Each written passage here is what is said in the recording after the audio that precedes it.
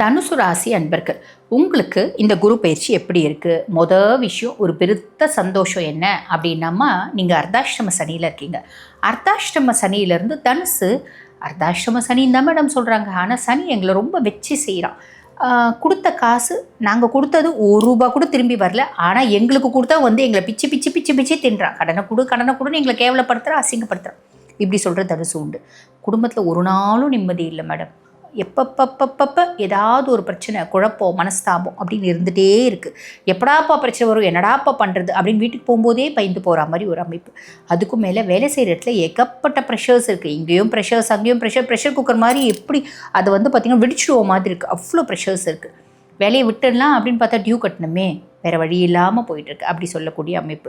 பிள்ளைங்களாவது நம்ம கூட நிம்மதியாக இருக்குமா, பிள்ளைங்களாலேயாவது நம்ம சந்தோஷத்தை அனுபவிப்போமா அப்படின்னு பார்த்தா அதுவும் கிடைக்க மாட்டேங்குது. அதுங்க தான் நமக்கு சுற்றி இவ்வளோ பிரச்சனை இருந்தாலும் அதுங்க விஷயத்தில் அதுங்க கரெக்டாக இருக்குது. எனக்கு இது வாங்கி கொடு, எனக்கு அது வாங்கி கொடு, அதுங்க செலவில் கரெக்டாக இருக்குங்க. எவ்வளோ பிரச்சனை இருக்குது அப்படின்னாலும் அவங்க விஷயத்தில் அவங்க ரொம்ப கரெக்டாக இருக்காங்க. என் ஃப்ரெண்ட்ஸ் எல்லாம் டூருக்கு போகிறாங்க, எனக்கு இவ்வளோ காசு கொடு, அவ்வளோ காசு கொடு நச்சரிக்கிறாங்க. ஆக பிள்ளைங்களாலையும் நிம்மதி இல்லை. அதுக்கும் மேலே ஆரோக்கிய குறைபாடுகள் வேறு. ஹெல்த்தாவது நல்லா இருக்கா, அதுவும் இல்லை. நாங்கள் கஷ்டப்படுறோங்க அப்படின்னு தான் தனுசு நிறைய பேர் சொல்கிறாங்க. இந்த கஷ்டம் சில மாதங்களாக சிலர் சொல்கிறது உண்டு. பலர் சொல்கிறது என்ன அப்படின்னா, பல வருடங்களாக இந்த கஷ்டத்தை படுறவங்க அப்படின்னு தான் சொல்கிறாங்க. அப்படிப்பட்ட தனுசு ராசி அன்பர்களுக்கு பெருத்த ரிலீஃப் என்ன அப்படின்னா, சனி பகவான் அர்த்தாஷ்டம சனியாக இருந்து தான் உங்களுக்கு இத்துணை பிரச்சனைகளை கொடுத்து வந்தார். அங்கே அர்த்தாஷ்டம சனி மேலே குருனோட உச்ச பார்வை 9ஆம் பார்வை வர்றதுனால, படியறதுனால சனி பகவான் ஆல்மோஸ்ட் நல்லிஃபை ஆகிடுவார். இது ஒரு பெரிய ப்ளஸ். அதுக்கும் மேலே குரு பகவான் 8, உங்கள் ராசி அதிபன் 8 போய் மறைஞ்சிடுறான். அப்போ நம்ம சில விஷயத்தில் கவனமாக இருக்கணும். என்ன விஷயத்தில் கவனமாக இருக்கணும்? ஒரு உச்சம் பெற்று தான் 8 இருக்கார். அதுக்கும் மேலே குரு பகவான் இருக்கிற இடத்த விட பார்க்குற பார்வைக்கு தான் பலன் அதிகம். அப்போ இருக்கிற இடம் 8 அப்படின்னும் போது நம்ம எதில் கவனமாக இருக்கணும் அப்படின்னா, சேர்க்கையில் ரொம்ப கவனமாக இருக்கணுமா, ஆரோக்கியத்தில் ரொம்ப கவனமாக இருக்கணும், வண்டி வாகனம் ஓட்டும் போது கவனமாக இருக்கணும். மறைமுக உறவு முறைகள் ஏதாவது இருக்குது, ஹிடன் சீக்ரஸிஸ் இருக்குது, ஹிடன் ரிலேஷன்ஷிப் இருக்குன்னா வெளியே தெரியறதுக்கான வழியும் வாய்ப்பும் உண்டு. அதெல்லாம் இது வரைக்கும் எங்களுக்கு இல்லைம்மா, இந்த காலகட்டம் வர்றதுக்கான வாய்ப்பும் உண்டு. ஆக இந்த மாதிரி சின்ன சின்ன விஷயத்தில் கொஞ்சம் கவனம் அப்படின்றது வச்சுக்கோங்க. அதுக்கு மேலே குருனோட உச்ச பார்வை 2ஆம் பாவம். குடும்பத்தில் கொஞ்சம் நீங்கள் பார்த்தீங்கன்னா அமைதியாக நிதானமாக இருக்கீங்க அப்படின்னா குடும்பத்தில் நிம்மதி, சந்தோஷம், மகிழ்ச்சி, குதூகலம், காசு நடமாட்டம், பண நடமாட்டம் சாலிடாக இருக்குமா, கவலைப்பட வேண்டாம். சுகஸ்தானத்தை குரு பகவான் பார்க்குறாரு. ஏதோ ஒரு விதத்தில் உங்களோட கம்ஃபர்ட்டுக்கு உங்கள் ராசியாதிபனே கேரண்டி அப்படின்னு சொல்லலாம். நிறைய தனுசு ராசி அன்பர்கள் வீடு வாங்குறது, கார் வாங்குறது, இப்படி நிறைய நல்ல விஷயம் நடக்குமா. வீடு கட்டுறதுக்கான பிராப்தமும் உண்டு. அம்மானோட ஆரோக்கியத்தில் நல்ல முன்னேற்றம் அப்படின்றது கிடைக்குமா. 12ஆம் பாவத்தை குரு பார்க்குறார். நிறைய தனுசு சுப விரயம் அப்படின்றது பண்ணுவாங்க. முக்கியமாக ஆன்மீகம் சார்ந்த ஒரு டூர், ஒரே ஒரு இடத்துக்காவது அழகாக டூர் போயிட்டு வருவீங்க. ரொம்ப நாள் கழித்து நல்லா சாப்பிடுவீங்க, நல்லா தூங்குவீங்க. கொஞ்சம் சந்தோஷம் அப்படின்றது மேலோங்கமாக, கவலைப்பட வேண்டாம். இருந்தாலும் சில விஷயங்களில் எச்சரிக்கையாக இருக்கணும். அது என்ன விஷயத்தில் எச்சரிக்கையாக இருக்கணும் ஆல்ரெடி நான் சொல்லிட்டேன். 8 குரு அப்படின்றதுனால எதில் எச்சரிக்கை அப்படின்னு. அதே மாதிரி ராகு 3 இருக்கா அப்படின் போது நம்மளோட தைரிய ஸ்தானத்தில் ராகு இருக்கான், முயற்சி ஸ்தானத்தில் ராகு இருக்கான். இந்த முயற்சி ஸ்தானத்தில் இருக்க ராகு என்ன பண்ணுவோம், 12ஆம் மாதம் வரைக்கும், 6ஆம் மாதத்துலேருந்து 12ஆம் மாதம் வரைக்கும் ஒரு விஷயம், அந்த விஷயம் எனக்கு ஒத்தே வராது. ஓகேங்களா. அந்த ஒத்துவராத விஷயத்தில் நான் தீவிரமாக முயற்சி போடுவேன். இந்த விஷயந்தான் என்னோடய லைஃப்னோட ஒரு குறிக்கோள், இதுதான், இதை நோக்கி தான் நான் ஓடுறேன் அப்படின்ற மாதிரி எனக்கு ஒத்துவராத ஒரு விஷயத்தில் பயங்கரமாக பார்த்திங்கன்னா நான் முயற்சி போட்டு என்னோடய எனர்ஜி, என்னுடைய காசு இதெல்லாம் வீண் பண்ணுவேன். ரொம்ப எளிமையாக சொல்லணும் அப்படின்னா, வயசு பிள்ளைங்க அப்படின்னா நம்மளுக்கு ஒத்துவராத ஒரு பொண்ணு நல்ல பொண்ணாகவே இருக்காது. அந்த பொண்ணுக்காக வாழறது, அந்த பொண்ணு தான் எனக்கு எல்லாமே, அந்த பொண்ணு தான் எனக்கு உயிர், அந்த பொண்ணு பேசலைன்னா நான் கஷ்டப்படுவேன், அம்மா கிட்ட சண்டை போடுறது, அப்பா கிட்ட சண்டை போடுறது, இப்படி எல்லாமே செய்வீங்க. இந்த மாதிரி ஒவ்வொருத்தரும், புரியுதுங்களா. இப்போ மத்தியம வயசு அப்படின்னா நம்மளுக்கு சுயதொழில் செய்கிறதுக்கான பிராப்தமே இருக்காது ஜாதகத்தில். ஆனால் நான் சுயதொழில் தான் செய்வேன் அப்படின்னு பெரிய லெவலில் கடன் வாங்கி ஒரு பிஸ்னஸில் இன்வெஸ்ட் பண்ணி பார்ட்னரை போட்டு பார்ட்னர்ஷிப்பும் ஒத்துவராத விஷயத்தை செஞ்சு இவங்க பார்த்திங்கன்னா ஏமாறுறதுக்கான வழியும் வாய்ப்பும் உண்டு. ராகு பகவான் அந்த மாய வலையை ஏற்படுத்துவார். ஆக இதில் கொஞ்சம் கவனம் அப்படின்றது வச்சுக்கணும். ரொம்ப சிம்பிள். வழிபாடு அப்படின்னு என்னம்மா பண்ணணும், இங்கே குருக்கான வழிபாடு தாம்மா நீங்கள் பண்ணணும். இப்போ ஆலங்குடி குருஸ்தலத்துக்கு போய் வழிபாடு பண்ணிட்டு வரலாம்.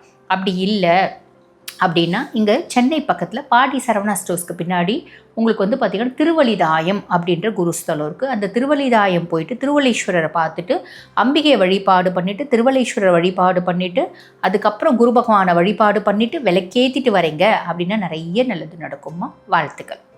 மகர ராசி அன்பர்கள், உங்களுக்கு இந்த குரு பயிற்சி எப்படி இருக்கும்? மகரம் கடந்த ஒரு 7 வருஷமாக பட்ட கஷ்டம் அப்படின்றது சொல்லி மாளாதுங்க. நிறைய மகர ராசி அன்பர்கள் குடும்பத்தில் நிம்மதி இழந்தாங்க, குடும்பத்தையே இழந்தாங்க, சொத்து பத்தை இழந்தாங்க, சொந்த பந்தங்களை இழந்தாங்க, வேலை இழந்தாங்க, மரியாதை இழந்தாங்க, கௌரவத்தை இழந்தாங்க, அந்தஸ்து இழந்தாங்க, சமுதாயத்தில் அசிங்கப்பட்டாங்க, அவமானப்பட்டாங்க, ஆரோக்கியத்தை இழந்தாங்க. உயிர் மட்டும்தாங்க மிச்சம், உயிர் மட்டும்தாங்க சொச்சம் அப்படின்னு சொல்லக்கூடிய மகரம் தான் பெரும்பாலான மகரம் அப்படின்னு சொல்லலாம். ஏதோ 100ல் 10 மகரம் பார்த்திங்கன்னா தப்பிச்சாங்க. காரணம் என்ன அப்படின்னா, தசநாதன் வலுவாக இருந்தான். தசநாதன் ரொம்ப ஸ்ட்ரென்த்தாக இருந்ததுனால, தசநாதன் நல்ல ஒரு பொசிஷனில் இருந்ததுனால கொஞ்சம் தப்பிச்சாங்க அப்படின்னு சொல்லலாம். மீதி எல்லாரும் பார்த்திங்கன்னா அவங்களோட ராசி அதிபன் சனி பகவானாலேயே வறுத்தெடுக்கப்பட்டாங்க. அதுதான் உண்மை. அப்படி இருந்த மகர ராசி அன்பர்கள், சனியே உங்களுக்கு நல்லது செய்யக்கூடிய பொசிஷனில் வந்துட்டாமா இல்லைங்களா? சனியே உங்களுக்கு சகாய சனியாக எல்லா விதத்துலேயும் சகாயம், ஹெல்ப்பு அப்படின்றத செய்ய போகிறான். இது வரைக்கும் செய்யலையேம்மா, செய்வான். 2028 வரைக்கும் அவங்களுக்கு அந்த பொசிஷனில் தானே இருக்கான். 2028 வரைக்கும் நிறைய செய்ய தானே போகிறான். ஏன் கவலைப்பட போகிறீங்க? அதுக்கும் மேலே குரு பகவான் பார்த்திங்கன்னா இப்போ 7ல் உட்காந்துருக்கார். கலத்திர ஸ்தானத்தில் குரு. நிறைய மகர ராசி அன்பர்களுக்கு ரொம்ப இளம் வயசாக திருமண பிராப்தம் அப்படின்றது கூடி வரும். நல்ல அழகான குணவதியான ஒரு மணப்பெண் கிடைப்பா. நல்ல திறமையான ஆளுமையான குணபாலனான ஒரு மணமகன் அப்படின்றது கிடைக்கிறதுக்கு வாய்ப்பு உண்டு. இது வரைக்கும் பார்த்திங்கன்னாங்க கல்யாணம் ஆகி டிவோர்ஸே ஆகிப்போச்சுங்க. எங்களுக்கு வாழ்க்கையே வெறுத்து போயிட்டோம். வீட்டில் 2வது கல்யாணம் பண்ணிக்கணும்னு சொல்கிறாங்க. 2வது கல்யாணம் நல்ல ஒரு குணமுள்ள ஒரு வரன் அப்படின்றது வரும். நாங்கள் 2 பேரும் ஒரே வீட்டில் தனித்தனியாக இருக்கோங்க. 7 நாட்டு சனியில் பிரிஞ்சோம். ஒரே வீட்டில் குழந்தைங்களுக்காக ஏதோ பேருக்கு வெளிநபர்களுக்கு நாங்கள் புருஷன் பொண்டாட்டி, மற்றபடி வீட்டுக்குள்ளே நாங்கள் தனித்தனியாக தான் இருக்கோம். அப்படி இருந்தாலும் இந்த காலகட்டம் 4 மத்தியஸ்தர்கள் வருவாங்க. என்னப்பா மனைவிக்காக விட்டு கொடுப்பா, என்னப்பா குழந்தைங்களுக்காக பார்த்திங்கன்னா நீ விட்டு கொடு அப்படின்ற மாதிரி உங்களுக்கும் பேசி அவங்களுக்கும் பேசி இந்த உறவு முறைகளில் ஒரு பாண்டிங் அப்படின்றத ஏற்படுத்திட்டு போவாங்க. பிரியலிங்க ஒன்றா தான் இருக்கும்.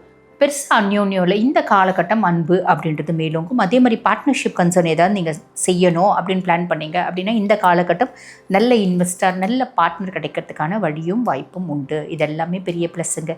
குருனோட பார்வை உங்கள் சுயஸ்தானத்தை பார்க்குது. ரொம்ப நாள் கழித்து என் மனசை நான் பதப்படுத்திட்டேன், என் வாழ்க்கையை எப்படி வாழணும்னு ஒரு பிளான் பண்ணிட்டேன், ஒரு ரொட்டீன் போட்டு அதுக்கேற்ற மாதிரி வாழறேன்.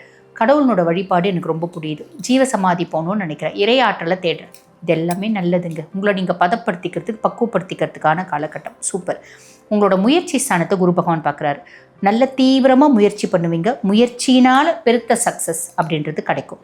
லாபஸ்தானத்தை குரு பகவான் பார்க்குறாரு. செய்யக்கூடிய தொழிலில் டீஃபால்ட்டாக ஒரு நேர்த்தியாக பயங்கரமாக ஹார்ட் ஒர்க் பண்ணுவீங்க.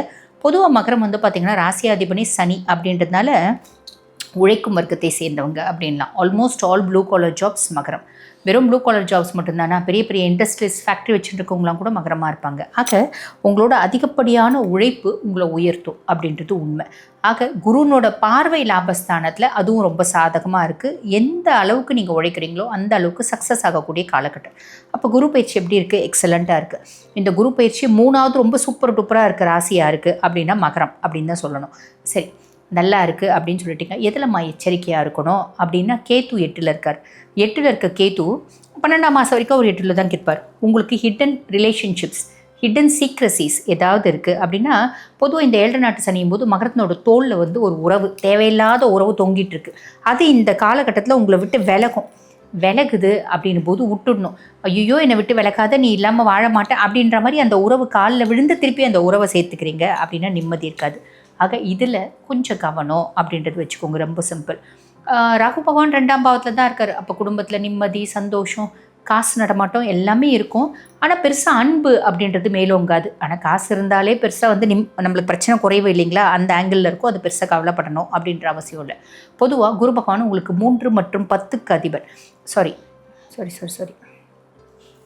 பொதுவாக உங்களுக்கு குரு பகவான் பார்த்திங்கன்னா 3 மற்றும் 12க்கு அதிபன். உங்களோட முயற்சி ஸ்தானத்துக்கும் அவன் தான் அதிபன்.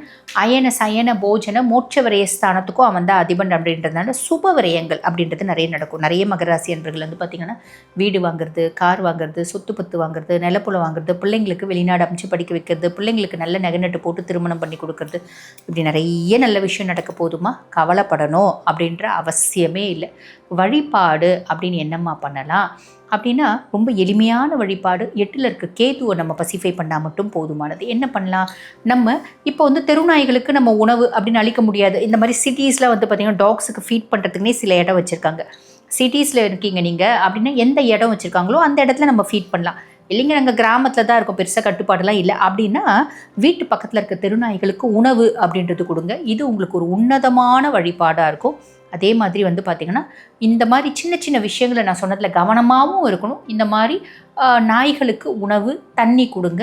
நீங்கள் வந்து பார்த்திங்கன்னா இந்த குரு பயிற்சி இந்த மாதிரி குட்டி குட்டி பரிகாரம் செஞ்சாலே போதும். ரொம்ப இனிமையான ஒரு குரு பயிற்சி அமையும். வாழ்த்துக்கள்.